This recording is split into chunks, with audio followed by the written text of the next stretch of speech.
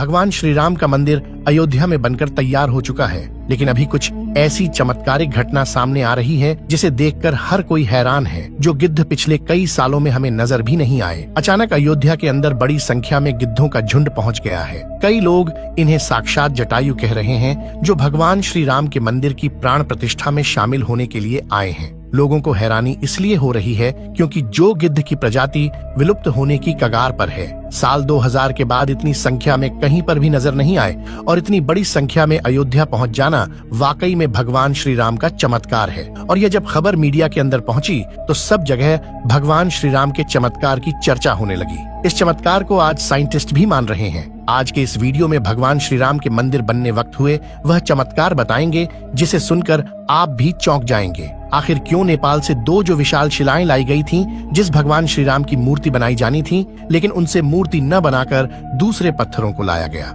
Video शुरू करें उससे पहले कमेंट में जय श्री राम जरूर लिख दें। दोस्तों, जिस मौके का पूरी दुनिया इंतजार कर रही थी, अब वह घड़ी आ गई है। अयोध्या में प्रभु श्री राम मंदिर बनकर तैयार हो चुका है। 22 जनवरी को रामलला की प्राण प्रतिष्ठा की जाएगी, लेकिन उससे पहले ही चमत्कार के ऊपर चमत्कार देखने को मिल रहे हैं। सबसे पहला चमत्कार तब हो गया जब लोगों को अचानक जटायु के वंशज गिद्ध आसमान में उड़ते दिखाई दिए। यहाँ तक कि भगवान श्री राम के भक्त इन्हें राम मंदिर की प्राण प्रतिष्ठा में आए मेहमान मान रहे हैं, क्योंकि पिछले कुछ सालों में यह प्रजाति विलुप्त सी हो गई थी। लेकिन राम मंदिर की प्राण प्रतिष्ठा नजदीक आते ही अयोध्या के आसपास बड़ी संख्या में गिद्ध आ पहुंचे हैं। लोग इस करिश्मा को देखकर पूजा भी कर रहे हैं, क्योंकि गिद्ध ऐसा प्राणी है जो भारत से विलुप्त हो चुका है। ऐसे में प्रभु श्री राम की प्राण प्रतिष्ठा से पहले ही वह कैसे दिखे, इसे लोग भगवान का चमत्कार मानकर पूजा कर रहे हैं। अब दोस्तों, ये इतनी बड़ी बात कोई सहयोग तो नहीं हो सकती है। दोस्तों, कुछ बुद्धिजीवी लोग रामायण के होने पर ही सवाल उठाते हैं। उन लोगों का मानना है कि रामायण असल में एक कहानी थी, मगर दोस्तों, आज भी रामायण से जुड़े हुए कई सारे ऐसे सबूत मौजूद है जो हर किसी को मानने के लिए मजबूर कर रहे हैं। भगवान राम ने जो पुल बनाया था लंका जाने के लिए, वह आज भी मौजूद है। उसे वैज्ञानिकों ने भी माना है। वैज्ञानिकों ने उसे देखकर कह दिया कि यह कोई प्राकृतिक नहीं है, बल्कि यह इंसानों द्वारा बनाया गया पुल है, और जिस जगह पर वह पुल बनाया गया था वह आज भी उसी जगह पर मौजूद है। उस समय भगवान श्री राम ने अपने चमत्कार से पत्थर को पानी के अंदर तैरा दिया था, और उन तैरते हुए पत्थरों पर कदम रखकर वानर सेना लंका में गई थी। दूसरा सबसे बड़ा सबूत रावण खुद की लंका है। रावण की लंका आज भी मौजूद है, और यह चमत्कार भी बहुत बड़ा सबूत है। जटायु गिद्ध प्रजाति से ताल्लुक रखते थे, वहीं जटायु भगवान श्री राम के परम भक्त थे।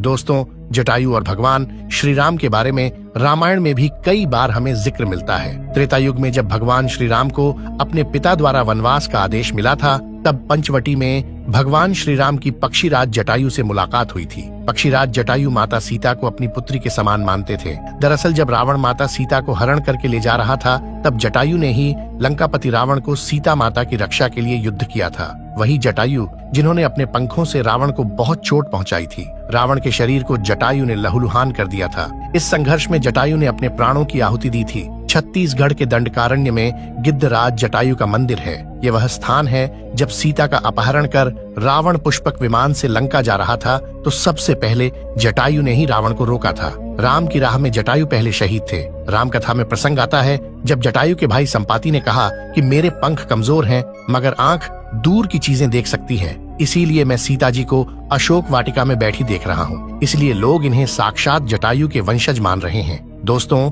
अयोध्या नगरी के अंदर ही भगवान श्री राम का जन्म हुआ था, जिसका जिक्र वाल्मीकि की रामायण में भी है। सालों तक चले राम राज्य के बाद जब श्री राम ने जल समाधि ले ली, तो अयोध्या नगरी सूनी हो गई। पौराणिक मान्यताओं के अनुसार उज्जैनी के राजा विक्रमादित्य जब यहाँ आखेट करने आए, तो उन्हें उजाड़ भूमि पर कुछ चमत्कार दिखाई देने लगे। खोज की तो पता चला कि यह श्री राम की जन्म भूमि है। इसके बाद उन्होंने यहाँ श्री राम के भव्य मंदिर का निर्माण कराया, जिसमें काले रंग की कसौटी पत्थर वाले 84 स्तंभ थे। समय समय पर यहाँ राजाओं मंदिर की देखभाल की, लेकिन 14वीं शताब्दी में जब भारत में मुगलों का शासन हुआ, तो श्री राम जन्मभूमि को नष्ट कर वहाँ बाबरी मस्जिद बना दी गई। 1525 में राम जन्मभूमि मंदिर को बाबर के सेनापति मीर बांकी ने ध्वस्त करवाया था। बाबरी मस्जिद की 3 गुंबद थी, जिसके बाहरी हिस्से में एक चबूतरे में श्री राम के बाल स्वरूप की पूजा होती थी। इसे राम चबूतरा कहते थे। लेकिन 1950 में बाबरी मस्जिद के मुख्य गुंबद के ठीक नीचे वही मूर्ति निकली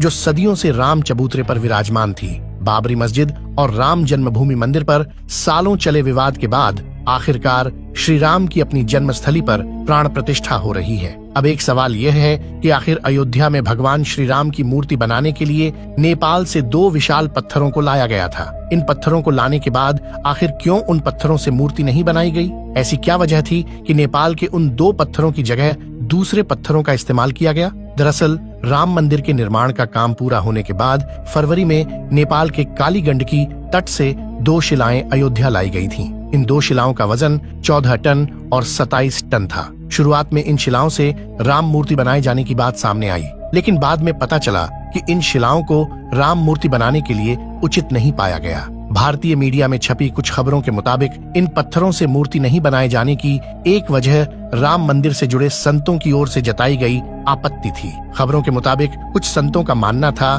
कि इन पत्थरों को मूर्ति निर्माण में इस्तेमाल नहीं कर सकते, क्योंकि कालिंदी की चट्टानों को तोड़ा नहीं जाना चाहिए, क्योंकि वे शालिग्राम के बराबर हैं। हालांकि अयोध्या पहुंचे नेपाली प्रतिनिधियों के मुताबिक इन शिलाओं की तकनीकी जांच के बाद मूर्तिकारों ने कहा कि ऐसी शिला से मूर्ति तराशना संभव नहीं है। इसके बाद दूसरे पत्थरों से मूर्तियां बनाई गईं। नेपाली प्रतिनिधियों के मुताबिक 27 टन वजनी शिला पर मूर्ति तराशने की कोशिश की गई थी, क्योंकि 14 टन वजनी शिला को शालिग्राम माना गया। लेकिन 27 टन वाली शिला भी उपयुक्त न पाए जाने के बाद दोनों शिलाओं को राम मंदिर निर्माण स्थल के पास रखा गया है। भारतीय मीडिया के मुताबिक राम मंदिर के गर्भगृह में रखने के लिए देश की अलग अलग जगहों से लाए गए पत्थरों से 3 मूर्तियां बनाई गई हैं। इनमें से सबसे अच्छी मूर्ति का चयन कर उसे गर्भगृह में स्थापित किया जाएगा। दोस्तों, अयोध्या में दुनिया का सबसे बड़ा विशाल मंदिर बन रहा है। लोग बेसब्री से इंतजार कर रहे हैं राम मंदिर के लिए। कुल 67 एकड़ जमीन है,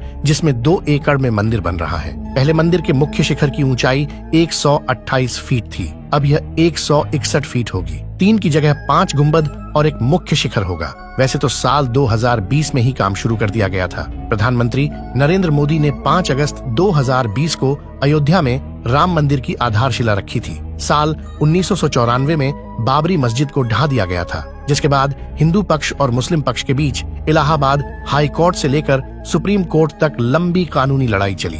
इसके बाद नवंबर 2019 में ऐतिहासिक फैसला सुनाया और आदेश दिया कि अयोध्या में विवादित जमीन पर मंदिर बनाया जाए। इस फैसले में यह भी शामिल था कि केंद्र सरकार मस्जिद के निर्माण के लिए सुन्नी वक्फ बोर्ड की 5 एकड़ वैकल्पिक जमीन उपलब्ध कराए। अब दोस्तों, आप इसे लेकर क्या सोचते हैं? कमेंट के माध्यम से जरूर बताएं।